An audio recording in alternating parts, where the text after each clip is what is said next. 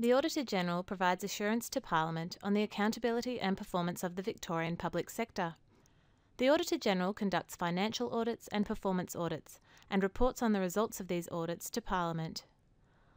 On the 11th of June 2014, the Auditor-General tabled his performance audit report, Using ICT to Improve Traffic Management.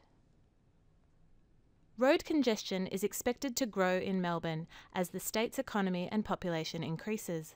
VicRoads and transport industry groups estimate that 50% of traffic volume in Melbourne is concentrated on 3% of the road network during peak periods. The economic cost of Melbourne's congestion was estimated in the range of $1.3 to $2.6 billion per year in 2006 by the Victorian Competition and Efficiency Commission, which also predicted that this amount is likely to double by 2020. Intelligent Transport Systems, or ITS, use ICT to manage road networks and reduce congestion by coordinating traffic and improving road safety and travel times. The two primary ICT traffic control systems used by VicRoads are SCATS for arterial roads and the Streams Freeway Management System, FMS, for freeways. Both SCATS and Streams are able to monitor traffic volume and automatically adapt timings and phasings to manage the flow of vehicles. SCATS was developed in Sydney in the early 1970s and is one of the most widely used traffic systems in the world. VicRoads has used the system since 1982. The Streams Freeway Management System is an Australian-developed technology and was first used by VicRoads in 2007. The objective of this audit was to assess the effectiveness of VicRoads' management of the ICT systems it uses to improve traffic flow outcomes on Melbourne's arterial road system. The audit examined whether current ICT roads management systems are operating efficiently and whether reviews and optimisation of these systems are effective in improving traffic flow, and whether roads management ICT initiatives and plans are effective and clearly link with broader strategic objectives. The audit focused on the Department of Transport Planning and Local Infrastructure, or DTPLI, as it has a key leadership and coordinating role in managing Melbourne's traffic congestion, as well as urban, transport and land use planning. Public Transport Victoria, or PTV, and VicRoads were examined in their role as agencies responsible for planning, developing and managing Melbourne's public transport and arterial road network. The audit concluded that DTPLI, PTV and VicRoads have not strategically planned to deploy ICT traffic management. The effectiveness of traffic systems is limited when road capacity is increasingly saturated, as is the case for many arterial roads in Melbourne, particularly during peak periods. VicRoads has not complied with its own internal guideline to review traffic signals once every 5 years in order to assess their effectiveness in handling current traffic conditions. VicRoads' ability to provide efficient public transport traffic signal prioritisation is limited. Tram and bus tracking systems cannot communicate with VicRoads' traffic signal systems. The audit found that DTPLI, PTV and VicRoads have not strategically planned the deployment of ICT traffic management systems to complement broader statewide initiatives. There is no overarching statewide strategy clearly laying out the government's approach to addressing traffic congestion in Victoria. In the absence of an overarching congestion management plan, agency initiatives largely continue to occur in silos, with limited consultation or coordination, and without monitoring and reporting on the achievement of objectives.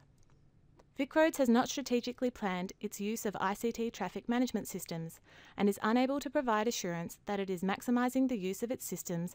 This lack of planning means that VicRoads has had to deal with issues such as difficult and costly integration of different legacy technologies and increased operating and maintenance costs due to ageing technology. Moreover, because of this lack of planning, VicRoads is unable to assure that it is optimising the use of its systems or whether it has what it needs to effectively manage traffic. VicRoads has recently started to develop its ITS strategy.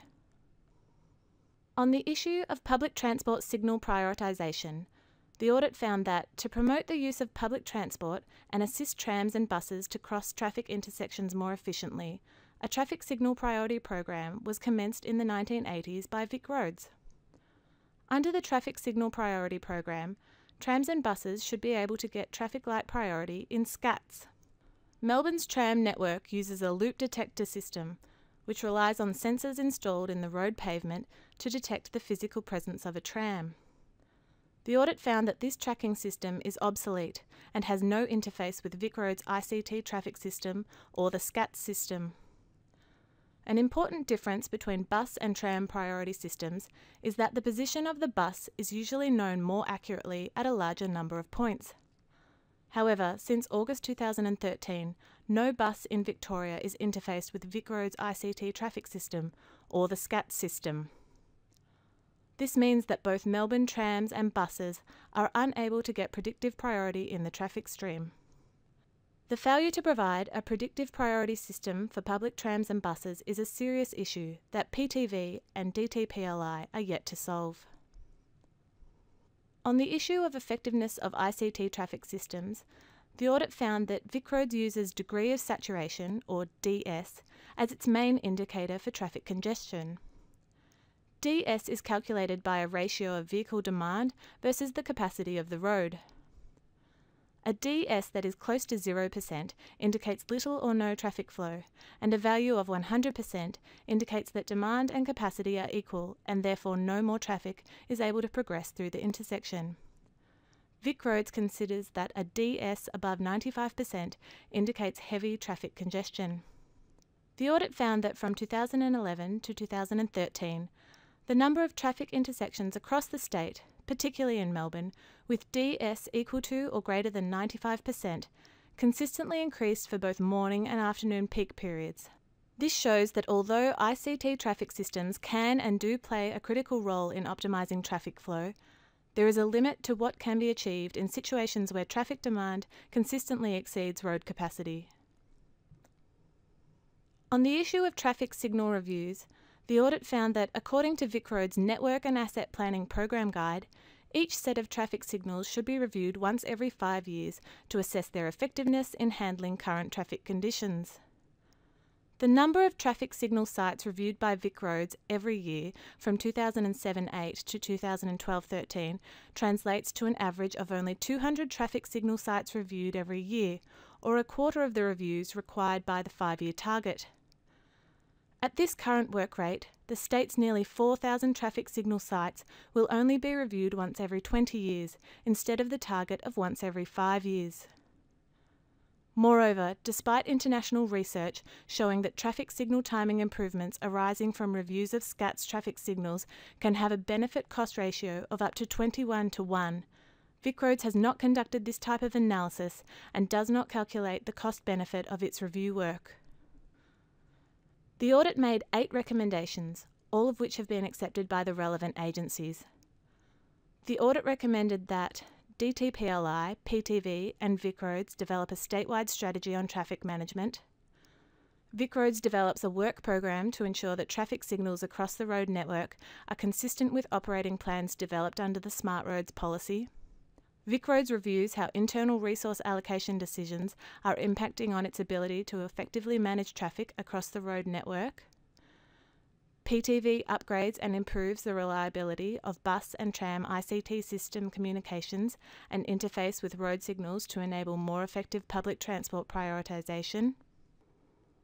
PTV works with VicRoads to better use technology to give trams and buses improved road priority. VicRoads improves performance monitoring of deployed ITS and assets. VicRoads, as a priority, makes improvements to the traffic signal review program by increasing review frequency and working with stakeholders, and that VicRoads better informs decisions and evaluates the costs and benefits of the further deployment of ITS assets. Relevant reports include Managing Traffic Congestion, tabled in April 2013, and Coordinating Public Transport, which is scheduled for tabling in August 2014.